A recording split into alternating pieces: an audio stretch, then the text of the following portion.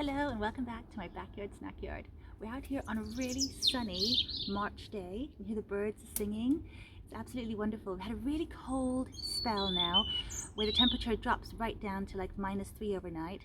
But during the day the sun is out, it's dry and beautiful and full of the joys of spring. So I thought we'd take a little walk around the garden and have a look at all the new growth coming up and make a plan for what I need to do this weekend. I've got lots of little jobs and it's so much fun, so let's go. I've just thrown open the doors of the greenhouse because let's look at the temperature up here. So overnight in the greenhouse it was 0.8 degrees Celsius. Outside it was -3, but you can see now the temperature is just shooting right up there. It's going to be such a huge temperature swing here for all the plants, but they really seem to be doing just fine. My lovely nectarine is still flowering. I have been out with a little paintbrush to hand pollinate it, to give it as much help as I can. The flowers are so pretty. And over here we have my blueberry bushes, and as you can see they are pushing out lots of new growth here. They're just about ready to burst into bloom, beautiful white blooms, and so I need to get down into the soil because they're all potted here. My soil is not compatible with them, so they need acidic, ericaceous soil, and so I keep them all in pots. And I have repotted a few of them. The pink ones are repotted. I have some pink blueberries and they are elsewhere in the garden, but they have been repotted so they don't need any work right now. But these guys have been in this pot for ages, and so every spring I come in, remove all the topsoil, like a few centimeters of it, and then replace it with fresh ericaceous compost, and then give the plants a really good feed as well, and that just gives them a good boost for when they're getting ready to bloom. So I'm going to do that for sure. That's one of the first jobs I have to do. And the second thing I want to show you is, look at our cherry tree. It is so much smaller than it was. It's this really big looming tree that is so stunning in the spring. It just bursts into a huge bloom, lots of white flowers. But we've had it cut so much shorter. We've removed about a third of it.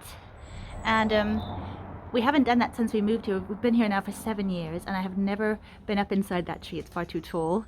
But yeah, it looks, I can show you before and after, and it is really a big difference. It's still a massive tree, but it's had so much removed from the inside as well that it's letting so much more light in, which is just going to benefit the whole garden. And we also had a lot of the old apple tree in the corner, which produces cooker apples. We've had that one pruned as well, so that should be good. It's just no point, I feel, having fruit trees that are too tall where you can't actually reach the fruit, and this cherry tree does produce beautiful cherries, really bright red ones, so delightful. Here is my potted goji berry, and it has definitely burst into vegetation here. I've had it here for a few years now and has never flowered, so I am really hoping to get some berries this year. The thing about goji berries is they're so packed with nutrition, they're really great, but their leaves are as well. So even though it hasn't flowered and fruited yet, I have been enjoying the slightly bitter tasting leaves when they get a bit bigger than they are now, when they're still quite tender. And they're just pretty much as healthy as the berries themselves, so I add them to salads and things. Delicious. And what have we got over here? This is one of my loganberries. It's also in a pot because it's loads of little cuttings that I took from the original plant, so it's also bursting into leaf now, early, with a few daffodils. The daffodils are coming up everywhere now. It is such a real sign of spring. Ah, and look here, this is my black magnolia. Really fat buds. I'm really happy it hasn't flowered yet because it tends to do so before frost and then the flowers die immediately. So I wanted to hold on for a bit longer. We've still got a few freezing nights to go, so let's wait a little bit. This is my big red apple tree. No growth in it yet. I haven't actually given it a winter prune yet, but I might not need to this year. I like to summer prune them anyhow, more than winter prune, because summer pruning keeps the size down. Ah, here's one of my Asian pears. It doesn't seem to have been damaged too much by the really, really cold temperatures. It's good. Here's another Asian pear over here that I planted last year, and it's still completely dormant. That's lovely. It's supposed to be a butterscotch one. I wonder if it's going to flower this year. It has a few fruiting spurs there. Oh. And it's also compatible for cross-pollination with my European pear tree over here, which is a duo pear tree too. It's got lots of fruiting spurs on it. Oh my goodness. Might be a good pear year. I've got my silverberry down here. This is a nitrogen fixer. And I'm hoping for some berries this year. Oh, and look here, this is my tree raspberry. Let's look at it. It is actually definitely waking up now. Look at all that. I wonder how early it will fruit. I think I might move it. It has been in this sort of shaded, sheltered spot in its pot. I am keeping it potted because they suggest you can do that. It's supposed to be like a patio raspberry tree. The raspberries are different from the usual ones, and in my opinion not as good, but still fun to have. So I think what I'm going to do is move it into a sunnier spot because raspberries love sun. This is my bay tree. It has grown very big. I got it from a tiny little tiny plant, like a little seedling, years ago. It stays evergreen all winter and very pretty. Oh yes, over here we have my pineapple guavas looking like two ghosts. I'm keeping them covered while we have this cold snap because I've had experiences where they have gotten really lots of frost damage. They don't like being out in the cold when it freezes anyhow. Alright, so, oh, look at these hydrangeas. Lots of new growth there. I did cut some of them back, but you can see I left some of the flowers recently. And as soon as this cold spell is over, we're going to go from like -3 overnight to 8 degrees overnight. So when the temperature shoots up again, I'll just cut off down to the first buds, cut all the old dead flowers off.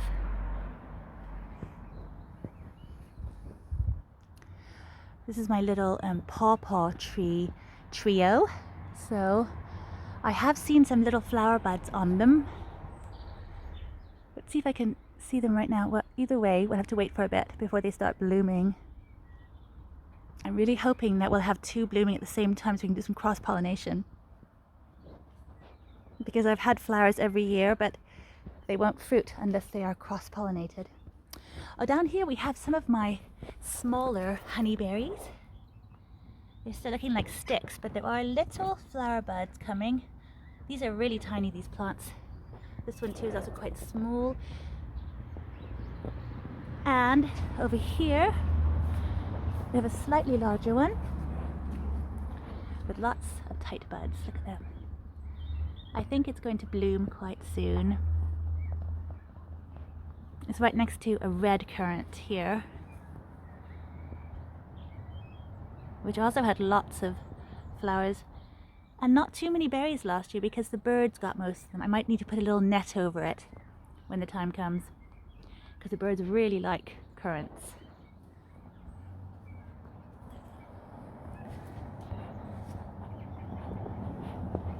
So here are my pink blueberries. They've just been shoved into this corner because it was quite protected from cold winds, but I'm thinking about moving them to be with the other blueberries very soon because that's a more of a sunny spot, and I can see they already have flower buds right there, for example, and we want to get them in the sunshine. Lots of little flower buds coming up. That's good. They're really tasty berries.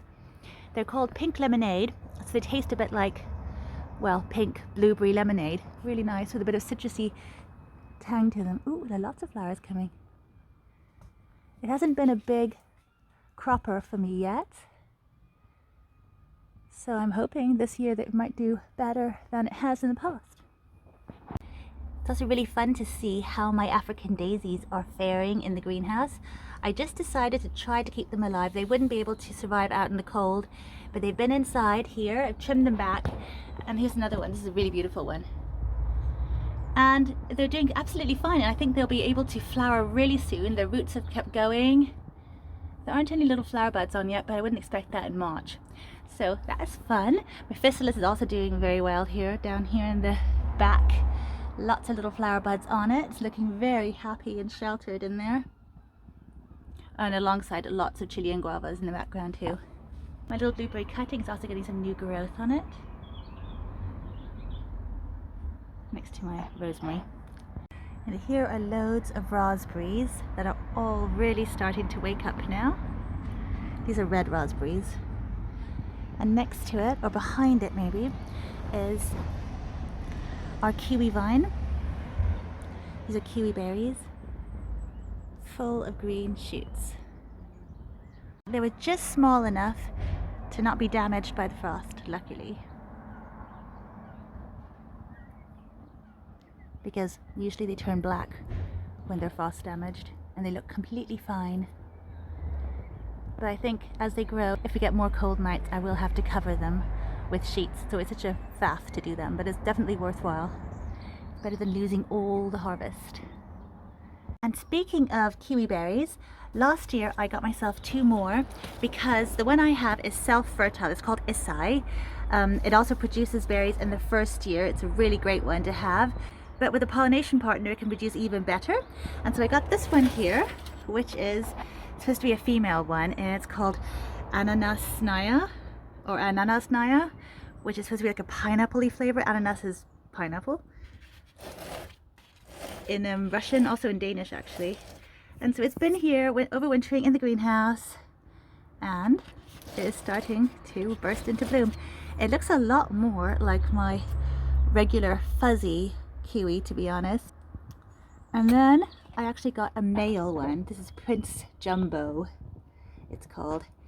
And it's also supposed to be the partner, the pollination partner for this one.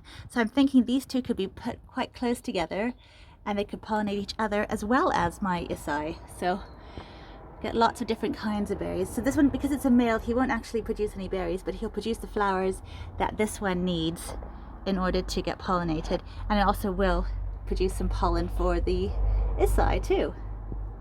And I could just see there's some little green coming. I was wondering if he'd survive the winter. And I mean, there's no reason he shouldn't, but sometimes you just can't be sure. And there are some little green bits now. I'm not sure if they're visible in this bright sunshine, but they are there, so that's looking good. He's waking up too. Unsurprisingly in this weather. I think I must give them all a drink. Yeah, he's really dry actually, so I'll get some water for everyone. And we'll get feeding, and get some lots of fish blown bone out and everything. And here's another very interesting one. This is my mulberry bush. He's actually grown very big. It's still bush-like though. Got lots of buds on him, so I'm hoping for lots of lovely black, sweet mulberries this year. And right next to him we have the best producing honeyberry bush too. It's in the sunniest spot of the 5 of them I have, so it's doing the best. Lots of lovely flower buds there, which I think will be blooming in the next week, looks like. And actually really close to him, well, here's one of the lovely plum trees. Looking forward to seeing those flowers. Right next to him we have the raspberry honeysuckle, and it has not flowered yet. I thought it would quite soon. There's lots of flower buds, but we'll see what happens. It's in a shaded spot like it prefers to be, so it's doing really well. It's shooting out lots of new growth down there too, so very happy here.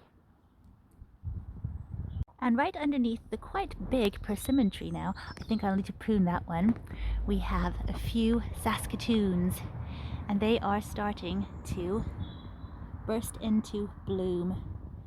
All those little green bits are going to be bunches of flowers. They're in the rose family, just like apples, and the blossom does look absolutely stunning, a lot like apple blossom. And the berries are beautiful blue things that are sometimes mistaken for or likened to blueberries. There's another one here. I've got two more around there. And look at this rose bush. It's really starting to go.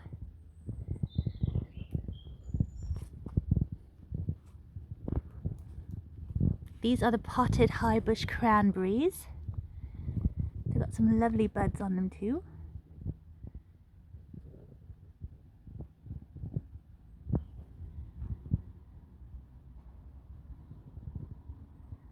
I actually repotted them maybe a month ago now, and they seem very happy. We also have a fig tree here. This is one that I grew from a cutting from my neighbor's fig tree, and it's supposed to be a brown turkey. I think it's 2 years old now, but it's doing really well. It's a nice little shape. And I'm going to probably plant it into the ground this year because they're very hardy here. Look down there. This is my oriental poppy. It's called Royal Wedding. It's a beautiful white one with a big black center, and it's absolutely stunning. I sowed it, I think 4 years ago, and then planted it here afterwards. And the first year we might have had one flower, but since then every year it's flowering more and more, and the flowers are just getting bigger and better all the time. It's really lovely. So this year I want to plant lots of poppies.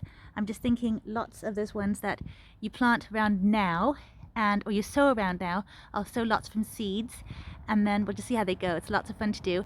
But there's one poppy that has always eluded me. I've really tried to grow it for a really long time, and that is the Himalayan blue poppy.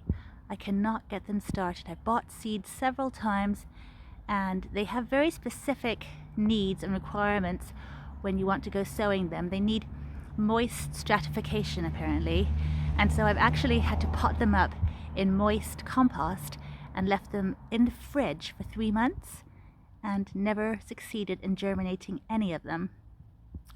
So this year, when I kept on seeing they were for sale online, I finally bought some. And just yesterday it was supposed to come in the end of March, but they've come early, so they arrived yesterday. 4 beautiful little plugs, jumbo plugs. They actually were really quite large, really impressively healthy. So I've potted them up now, and I really hope they do well. I'm keeping them inside just because I think they might have had quite warm temperatures. They might have been grown in a greenhouse, I'm not sure, and I don't want to risk them. I really want them to do well here. So we'll see how they do, and I'll keep you updated about that. I'm really excited about that. But I'm going to go on with all my jobs now. Thank you for joining me. I will see you very soon. Bye for now, and thank you for watching.